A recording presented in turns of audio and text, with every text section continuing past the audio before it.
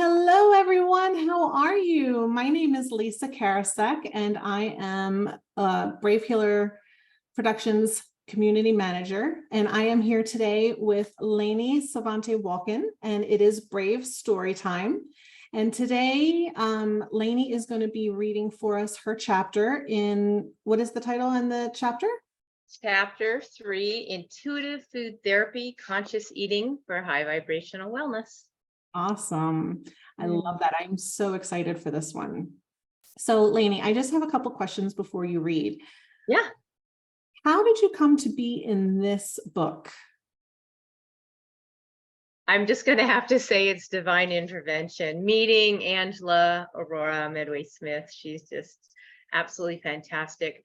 When we met somewhere on the interwebs, we had an instant connect, and she said, "No one's doing what you're doing," and I said, "Then I'd love to be part of this," and it's just opened up my world infinitely. So yeah, it's just, I think it's one of those kismet moments where we were at the right place at the right time.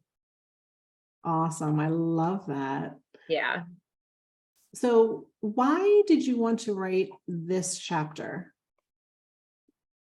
Well, this chapter is pretty much the is the many chapters of my life. So to be able to put it succinctly in such a wonderful ensemble, this cast of authors for Energy Healers Oracle, it's just a absolutely wonderful way for a global awareness of this work. There's no one on the planet who doesn't eat, and food is so important, and all of us walking a spiritual or an enlightened healing wellness journey all need to have a just another level of understanding of how the bigger picture works with what we put in our temples. So it's been a real gift. I mean, this is what I do on the daily and help people see that spirit has a message on what's on our dinner plate. So yeah, so this is kind of why I'm here, and this chapter kind of gives you a little bit of a thumbnail sketch of what all I offer in my community. Awesome. And you are going to put the link to the book in the notes, right? In the I comments. will, yes. Yes. My link, my world, Center for Intuitive Food Therapy, the whole 9 yards. Awesome. Yeah. How did it feel writing your chapter? It felt great. You know, it's interesting when you have to think about it, what you're going to write on, because when I have a large background and in many ways, but when you zero in and on what it is, it gives you time to reflect what parts of your life are relevant to this story, because we all have lived so many different aspects to ourselves. But when I was able to really generate kind of this wonderful timeline that brought me to now, it was a great affirmation and confirmation that everything is kind of uniquely and divinely orchestrated to bring you from connecting the dots from point A to point Z. So yeah, it's just been terrific. And interestingly, I was a little bit challenged because, you know, some of the instructions when you have to write your tool is to create that healing right there and then on the page, which makes total sense. And my creation, my modality, as you'll come to find out, is something you purchase elsewhere. So how do you take those teachings in a way? And it gave me such an expanded viewpoint of my bigger teachings. So I'm excited that they were able to be sort of unveiled in this book, this chapter, which will lead me to, you know, where I'm going next, which is creating a book of my own. So yeah, it's been the perfect segue, and it's been a gift. Thank you, Angela. Thank you, Laura. That is Thank awesome. you, Lisa. Awesome. All righty. Well, then I am going to go ahead and put myself on mute, and I'm going to let you take it away and read your chapter. Thank you so much. Yeah, you're most welcome. Thanks everybody for listening, either now or on the replay. Can you hear me okay? Yeah, you can. Okay, good. All right. Well, I didn't hold up before, but I am blessed to be at chapter 3 in the Energy Healers Oracle. And this is Intuitive Food Therapy, Conscious Eating for High Vibrational Wellness. I am Lainie Sevante Wulkan. I go by Sevante or Lainie, and I am an intuitive food therapist. So I start off my story with a quote from Hippocrates, who is sort of iconic in the world with his understanding of food as medicine. And he says, "The wise should consider that health is the greatest of human blessings. Let food be your medicine." I 1000% agree. I hope you do too. More than three, leave it be, my mother used to say when it came to the ingredients on food labels. Wait a minute, did I just say that to my girls? Oh no, it's happened. I've become my mother. Before becoming a mother myself, I vowed never to repeat what my mom said to me growing up. Yet here I am 40 years later, quoting one of her most infamous rhymes to my children, and little did I know it would be the one that would set the course of my life's work. My mother was an eccentric hippie, still is, poet, healer, and independent, hardworking single mom who ate healthily and loved natural foods. If it has more than 3 ingredients on the label, it's not going on our table, she would say to me. I remember rolling my eyes and wishing I was just a normal kid who could be like all the other kids on the block and eat the fun foods. Who can relate to that? I wanted boxed macaroni and cheese with jelly. I wanted to eat the blueberry cobbler included in my frozen TV dinner. I didn't care that the box had 30 ingredients, many of which I couldn't pronounce then, and honestly cannot any better now. Why did I need to read the labels anyways? I'm just a kid. Isn't that my mom's responsibility to keep me healthy? Well, another truth I've realized, history does repeat itself. And in my case, not only childhood memories, but past lives too. I must have been under 10 years old when I joined my mom at Dhammapada, the local metaphysical bookstore in Southern California. I remember the groovy tapestries on the walls, the macrame plant holders, and the smell of burning incense in the rooms where all the tarot readers were. The mystical sounds of sitar music played in the store, and everyone was deeply entranced with the card pulls from the readers. To me, that was normal, as I came from a multi-generational family of intuitives. It appears your daughter died in a past life early of food poisoning, the reader said. She was looking at my mother intently and then looked down at me. My mother looked down at me with both a surprised and bewildered expression.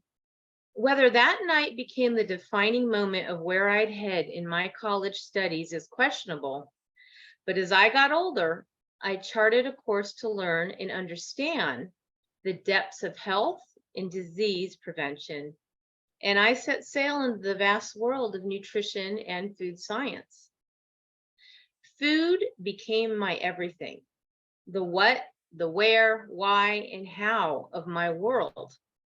During my college days, my early college days, I should say, I worked delivering food for a gourmet courier in Beverly Hills.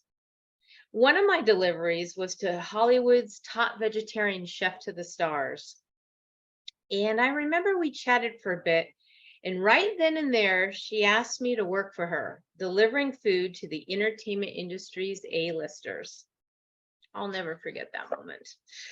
I loved being in the commercial kitchen. I got to prepare food and learn about different Indian dishes. And one day I noticed that an argument ensued in the kitchen. "Take it outside," she said, using that tussle as a teaching moment for me. We never have bad energy around the food. Remember to always have the highest vibration when cooking. Our clients can feel the difference when honoring of the food is present. food, vibration, and consciousness. I just had to know more how it was all connecting to one another. I started to pay closer attention to the mystical teachings around the food I was learning on the job, the food combinations for health and healing. And I learned about the blood cleansers of beet and carrot casseroles that she'd make for her renowned guru client, that special chai tea with the Indian aromatic spices for colds and cases of flu that was a favorite one of the world's most famous pop stars, and the idea that food truly is medicine on levels that were far greater than the physical body. Food became a storyteller. It was a healer, and it talked. When clients were happy, they'd gravitate towards the brighter and lighter foods on the home delivery menu. When they were stressed and feeling high intensity, they ordered foods that were darker, earthier, and grounding. When there were weddings, food had a certain festive tone to the color and textures. When there was a funeral, food had a heavier feel. It started to make sense. Food wasn't just a science, it was a way of life. After college, I followed the traditional rite of passage and hopped a plane to Europe with my train pass ready for action. I met up with a friend in Paris on Bastille Day, no less, and I took in the extraordinary fireworks, celebrating over the Eiffel Tower and the array of fabulous foods that was everywhere. From decadent sauces to the freshest croissants, I was in heaven. I was in heaven. The foodie in me was in my element, and country after beautiful country opened up my eyes to the extraordinary differences in food between cultures.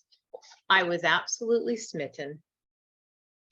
My last stop on the European trip was to a small island in Sweden, where I experienced life from another era compared to my fast-paced life in LA. Each day we went into the woods and we foraged for mushrooms, learning how to tell which ones were poisonous versus the canterelles we were planning on using in the cream of mushroom soup for dinner that night. I'm getting hungry just reading this. The lingonberries from the garden were the icing on the cake for the delectable desserts were made from scratch. Needless to say, I returned home healthy, happy, and about 30 pounds heavier. I didn't care. I was so blissfully in love with food and culture, having just spent 3 months savoring every last drop. It wasn't until a good 10 years later that I got married, settled down, and made our home in New Mexico, the land of enchantment. Once again, the spices and food culture opened up my awareness of how Native Americans honor food, animals, and nature. Seeing this reverence for Mother Nature was right in my wheelhouse. And I knew in that moment that our move from LA to the Southwest was home. Can you do a reading for me? My friends would ask. I was never without a tarot or oracle card deck. It was a chance to explore the mysteries of the higher realms and bear witness to the intuitive guidance coming through me. Knowing my divine nature as a healer, I incorporated my love for the spiritual world with my love for culture and esoteric philosophies. I fell in love with Hinduism. I found my way to the Hanuman temple in Taos and marveled at the incredible aromas of the chai tea offered after a day of chanting the Chalisas. Bandara, a free meal service, was offered with incredible dal, which is lentils and spices, basmati rice and roti, yummy Indian bread. Food and spirit were coming together as one, and my mind, body, and spirit were so happy. 15 years later, it was time to leave the desert for an environment that had more moisture. And Florida became my new oasis. Food, spiritual communities, nature, and water. I was a kid in a candy store, exploring food and nature like never before. And I went deeper into my practice of chakra healing and working with nature's 5 elements. Experiencing our first hurricane within weeks of arriving sure woke my senses up to seeing my intuition and connection to the divine first and foremost to guide me in what to do. It was scary, as most natural disasters are, but with most traumatic situations in life, I got to see what I was made of. Mother Nature had her path, and I learned to stay out of her way, particularly since we moved to a barrier island where elements are front and center. We moved to a farm filled with lush fruit and vegetable trees. Juicy, fresh mangoes became a daily treat for me. The mango trees stand as rays of pure joy as they surround a huge pond brimming with wildlife. There are avocados, lychee, mulberry, banana trees, and more. The land is alive, and so am I. It inspires me to continue learning further about food healing and its relationship to Mother Nature. I'm nourishing my body temple right off the land, and I want to do that for others and share what I've learned. I made the powerful realization that we are nature. We don't just go out to the oceans, the lakes, and the rivers, or climb the mountains or hike through the forest to be in nature. We are the walking embodiment of it: earth, air, fire, water, and spirit. Our bones are the earth that support our structure. Our breath is the air that gives us life. And our fire fuels our many body systems. Our blood is the water moving throughout our bodies, as well as water. And our soul is the spirit that guides our way. Hippocrates said we must turn to nature itself, to the observation of the body in health and disease, to learn the truth. I believe the messages that are from Mother Nature for health and wellness have been here all along, in the plants, the bushes, the ground, and the trees. And it's up to each of us to reawaken our awareness of the connection to eating better, more consciously, and with greater intention for us to have a healthier and more fulfilling existence. The answers are so clear when you have the roadmap to nourishing your body temple. It's time to align and define your relationship with food for emotional, mental, physical, and spiritual wellness. The answers are already inside and await your awakening and discovery now. The end. The beginning. That was the story. And now we'll move into the tool. All right, the tool. Your soul always knows what's for your highest good at every moment. It wants you to have longevity in your body and for you to fortify it with the highest vibrational nourishment. As you set your intention to consume according to what your body needs, it will respond with the answers you seek every time. If you don't, the body becomes susceptible to disease, dis-ease. So you have a choice, and the answers lie within. So become a human pendulum. Your soul can communicate with you by showing you an actual natural sway for yes and no answers. So before you begin to learn how to be a human pendulum, if you have water, please do take a sip of water to hydrate and ground. I think I'll do the same. Practice what you preach.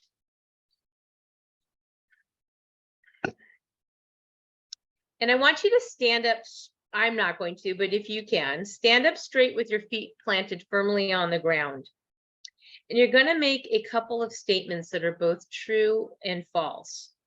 So if the answer is yes, your body is going to sway forward. You can do it sitting down as well. And it may be subtle or it may be more profound. And if the answer is no, your body will actually sway back. Again, the amount of sway can vary. So Let's do this together. We're going to take a deep breath in. Let it out. And now clear your mind. We're going to start with a false statement, unless your name is Lucy. The false statement I want you to say is, my name is Lucy. Now, unless your name is Lucy, choose another name that isn't yours, but I want you to feel your body sway back. Did yours sway back, Lisa?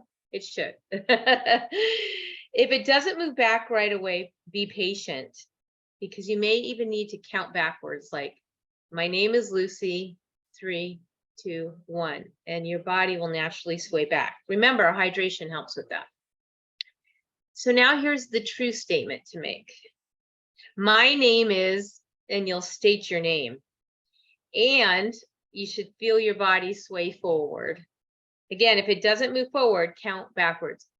3, 2, 1. You should notice your body begin to sway.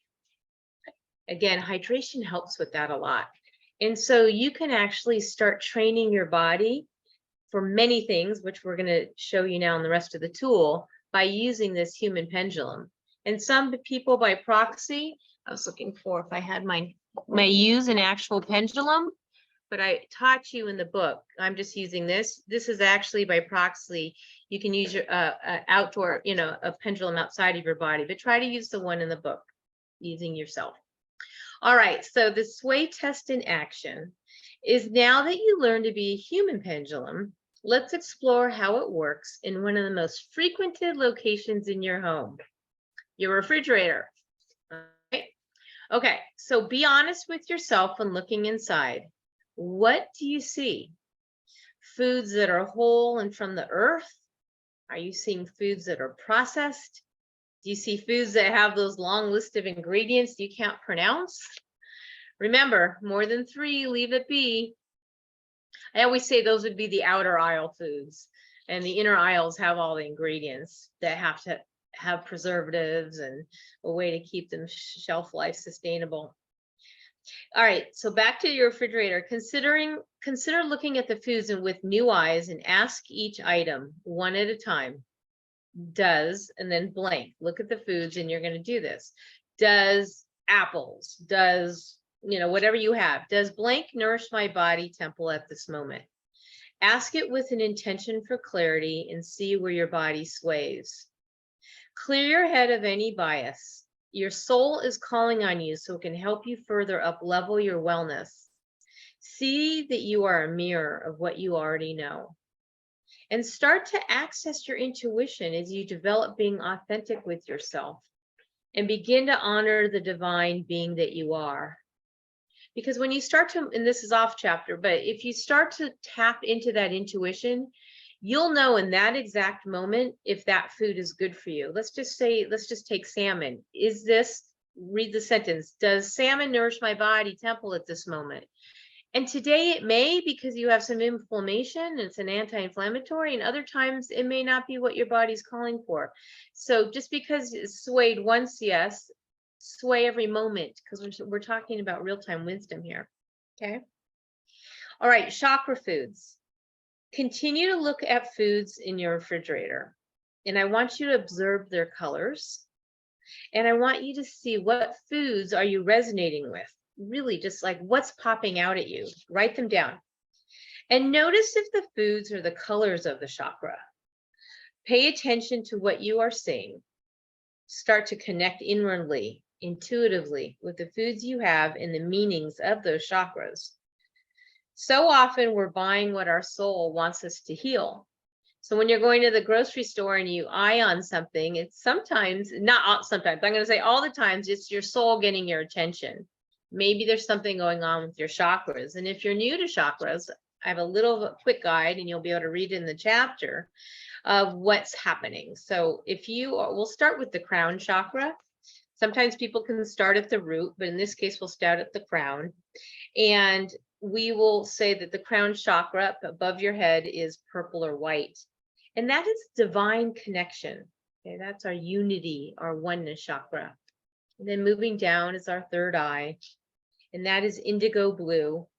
And that is intuition, imagination, and intellect.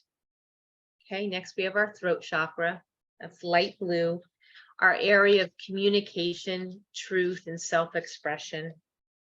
Next we have our heart, which is green, and that's compassion, love, and connection.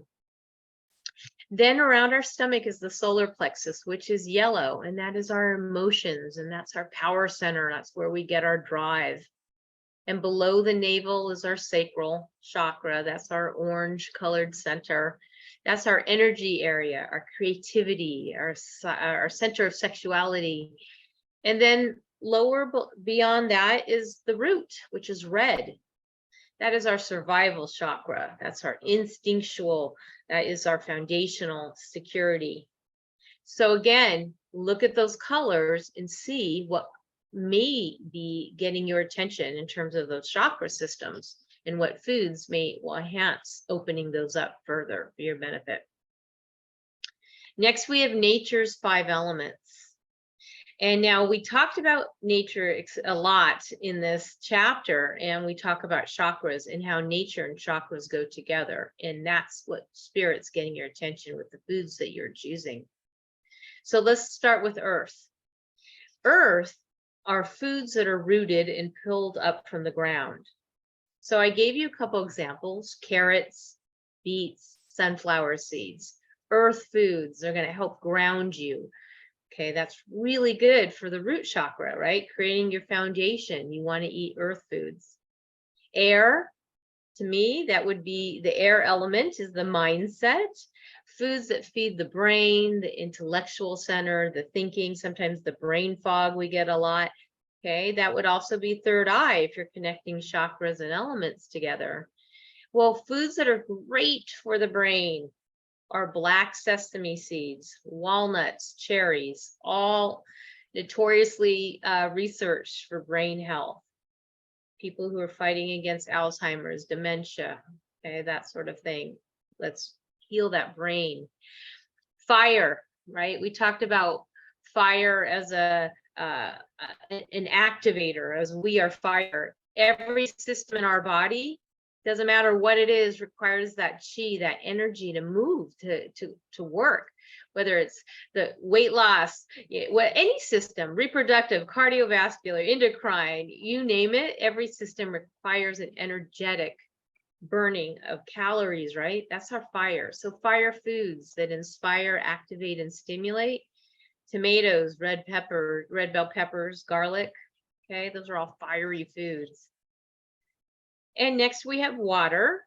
Water is the antithesis of fire. Water is cooling down. If someone's angry, they're in their fire element, we want to cool them down. Water is also very emotional. And foods that cool the soul and calm the emotions. So let's look for foods that have water in them: cucumbers, celery, watermelon. Okay, these are just watercress. There's so many. And so I teach more about this in my Oracle decks, but these are just giving you on this page the tools that will get you going, seeing what's in your refrigerator. Now, lastly, we have spirit. Foods that connect you to the divine. So I look for high vibrational foods that really raise the level of opening up that crown chakra. That's pomegranate, figs, and mango. So spend some time tuning into your food choices, write them down, and keep a food journal. You'll be fascinated to see the connections. You'll discover how food relates to your moods and start to notice a correlation between it all. Soon enough, you'll start swaying yes with positive foods that serve you on all levels, and open your dialogue up with your own soul and what it desires to nourish your body temple. And to further your journey, you're invited to enjoy I created a complimentary Nourish Your Body temple. It's an energy activation. It's free. You can go to it. You just go to intuitivefoodtherapy.com/activation, put in your email address, and you will continue. It's a wonderful meditation. It's an activation to get you really thinking about foods, chakras, colors, nature, the whole 9 yards put together. The end. Thank you, Lisa. Thank you, everybody, for listening. I really sending you lots of love and light on your food awareness, intuitive healing journey. Wow, that was amazing. Thank you so much. You're welcome. It. Wonderful. You resonated? Oh yeah, definitely. Good, good. Definitely. Yeah. So just one last question before I stop the recording and everything. How did it feel to read your chapter out loud? Was this your first time reading out loud? It's not my first time. I've been doing a lot of book signings, and I think it was, it was pretty comfortable. I wanted to elaborate some more, but I wanted to stick to the chapter. I teach, in fact, tonight, actually, I start a 5-week course on mastering your elements. There'll be another one during winter solstice, but I'm so passionate about educating people on these tools. So it felt great, and I appreciate the opportunity to share it here in this community, which I've come to love so much. Yeah.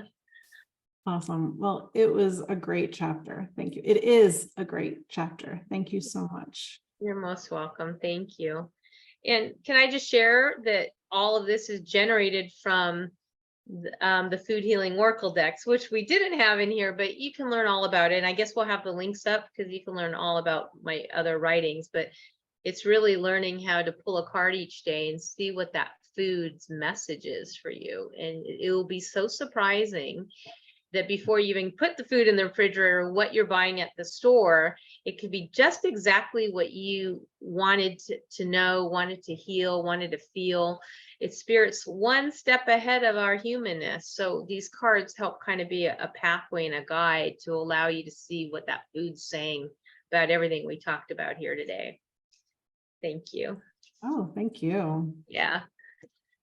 And so that was I was going to say any last messages for the listeners, but I guess that was it. Thank you. Yeah. Awesome. Well, thank you, everyone. This is Lisa and Lainie with Brave Storytime through Brave Healer Productions. Thank you, and we'll catch you next time. Thanks, everyone.